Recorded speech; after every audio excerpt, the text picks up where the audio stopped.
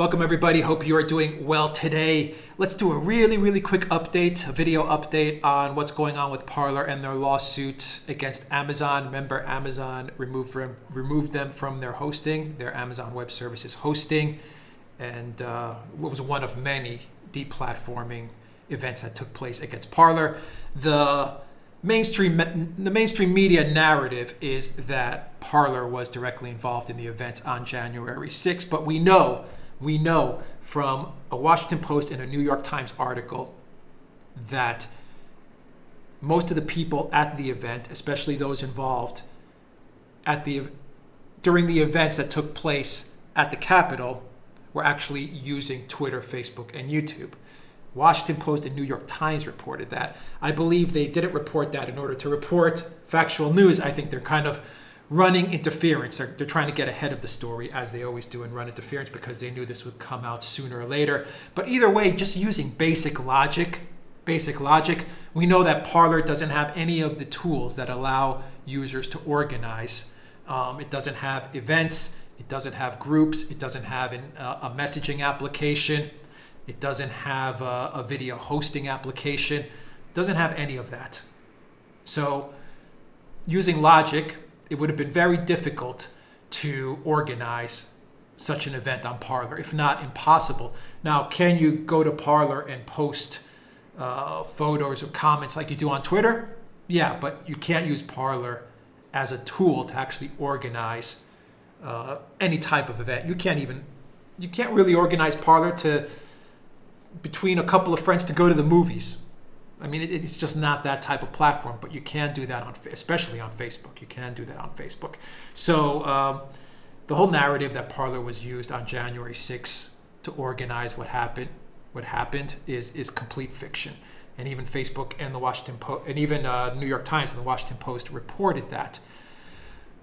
But regardless, Parler was punished because big tech wants to take out the competition, and we're moving towards this new domestic terrorist mandate that Joe Biden seems to believe he has been given.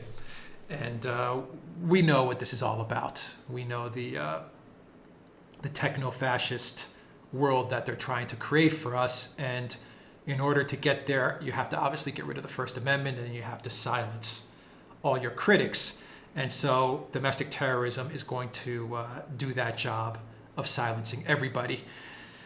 But we did have a court case between Parler and Amazon. And in the video where I did a Parler update on what they're doing, what actions they're taking, I did say that if they get in front of a fair judge, it should be a slam dunk case. Well, unfortunately, they didn't get in front of a fair judge. It looks like they got in front of an activist judge and they lost. Let me read you exactly what happened here. It says that Amazon can keep cloud services account of Parler offline. A federal judge in Seattle ruled Tuesday, and this comes from the Seattle Times. And it says that the Thursday U.S. District Judge Barbara Rothstein sided with Amazon, arguing, in fact, that forcing the Seattle tech giant to get Parler back online goes against the public interest, given, quote, and I quote, the kind of abuse, violent content at issue in this case, particularly in light of the recent riots at the U.S. Capitol, end quote. That event was a tragic reminder that inflammatory rhetoric can, more swiftly and easily than many of us would have hoped, turn a lawful protest into a violent insurrection. This is what the judge said.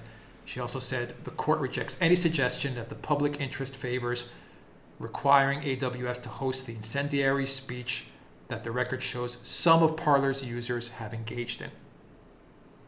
The article says that Parler has found alternative servers and expects to be back online within 10 days.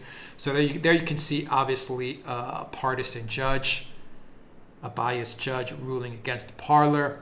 And she uses the excuse of a violent insurrection. We know it was not anything even close to an insurrection. How can it be an insurrection when the police officers are opening doors for people to enter? And I doubt the guy in the Chewbacca outfit was an insurrectionist. That I seriously doubt that. But That's the narrative that the deep state jumped on. They had their mainstream media puppets and cronies push out that narrative, and they have big tech cracking down on that narrative, including Amazon. And the excuse that Amazon used to deplatform and to remove Parler was that of the fact that people were using that application to incite this violent, quote, and I quote, this violent insurrection, when we know that Parler users did not use that platform to incite this violent insurrection, because that platform doesn't have the tools to do such things. So why isn't Amazon Web Services not removing Twitter when we know that Twitter on December 22nd struck a deal with Amazon Web Services to host on Amazon, when we know that the New York Times and the Washington Post have said Twitter was one of the social media companies used to organize that event on January 6th? Why is Amazon not taking action against Twitter? People that are watching this video, we all understand why.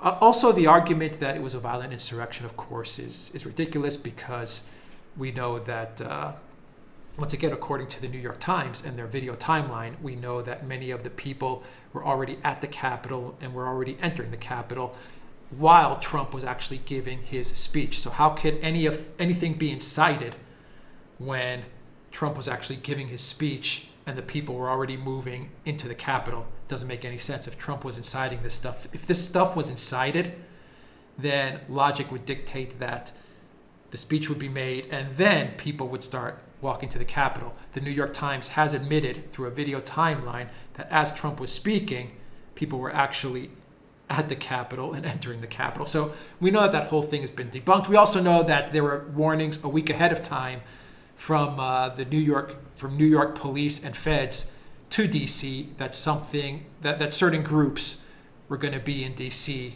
during the January 6th speech, and these groups were violent or could cause trouble, and DC did nothing. So how could it be any type of violent incitement to violence when everything was being warned about a week in advance? Anyway, I'm going down a rabbit hole.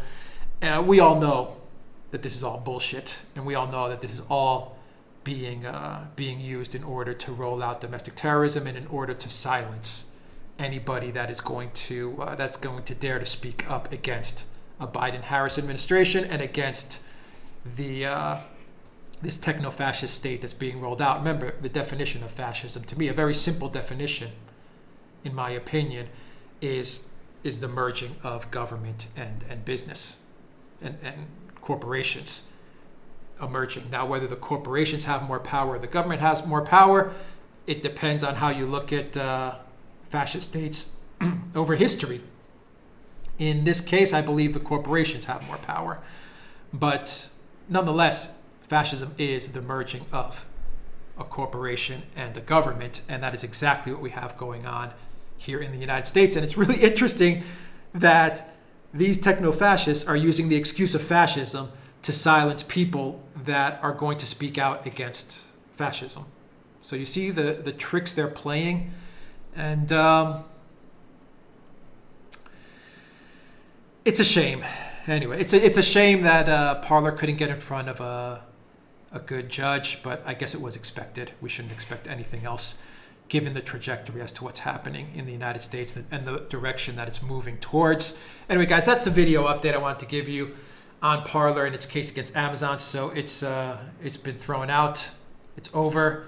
At least that line of attack is over. The best thing that Parler can do now is get back online, and the best thing that we can do is vote with our feet and become users and customers of services that are not hostile. All right, guys, that's the video. PayPal, Patreon, subscribe, star. You will find the link down below. Go to our main channel, the Duran, and go to the Duran shop, pick up some merch. Maybe we may want to pick up one of our awesome magic mugs. Take care, everybody.